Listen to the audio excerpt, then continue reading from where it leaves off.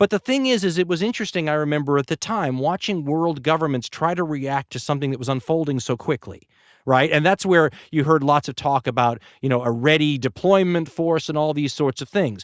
From a military standpoint, the best thing would have been at the time for the neighbors in Rwanda to have gone in there. They were the ones close by and done something to settle the situation. Right. In other words, when you look at how we tried to deal with Somalia, which arguably is a comparable situation, right? With the starvation in Somalia, we send lots of aid. The globe sends aid to that area, but warlords prevent it. Mohammed Adid and those guys prevent it from reaching the people we're after. So you have to go in, clear out the warlords so that the food can reach the starving people.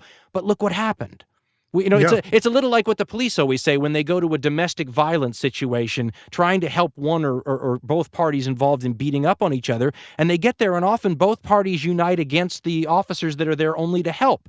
In a funny way, we could have gone into Rwanda and found ourselves bogged down there against both sides. I mean, if history is any guide, that happens way more than we assume ahead of time. But your analogy to domestic violence is interesting because I do view this all ultimately, once you shed the idea of some sanctity around the nation state structure, as a kind of crime problem. So it's, North Korea is rather like, the state of Florida being held hostage by some maniac. And if that were the case, we would figure out how to help the people in Florida because they're part of our nation.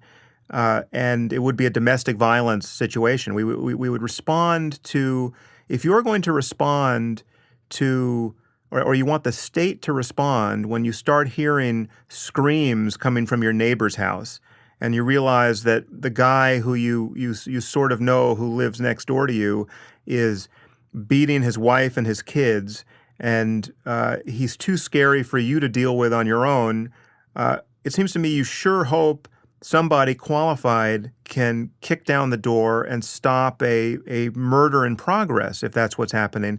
And there is some global foreign policy analog to that, which we need to figure out how to create and maintain in such a way as to minimize all of the sort of chaotic secondary events that you're talking about. And it's a huge problem, but I keep hearing you flirt with just abdicating responsibility for that. And I agree it's not the U.S.'s responsibility alone, but we're in various moments in history where there is no one else to do the job. And granted, we've done it badly, but you seem to be recommending that as a matter of principle, we should acknowledge that we should never attempt such an intervention of that kind because it's impossible to save the wife. She will always unite with you against her, unite against you with her husband, and you'll wind up fighting both.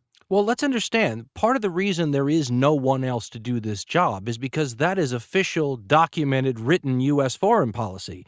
We will have no military competitors. I mean, that's the written thing. We're not going to allow there to be a competitor who could do this job. So then when you say only the United States can do this job, that's because that's the way we want it, first of all. The second thing is, I would compare our rescue efforts in this case, if we want to keep the analogy going to a hostage situation, that we have this heavily armed and very efficient and very high-quality SWAT team that we send into these situations, and yet historically speaking, most of the time we do, they end up shooting the hostages, destroying the facility, and the bad guys often get away. At what point do you turn around and say, listen, theoretically, this SWAT team idea is a great one, but our track record sucks?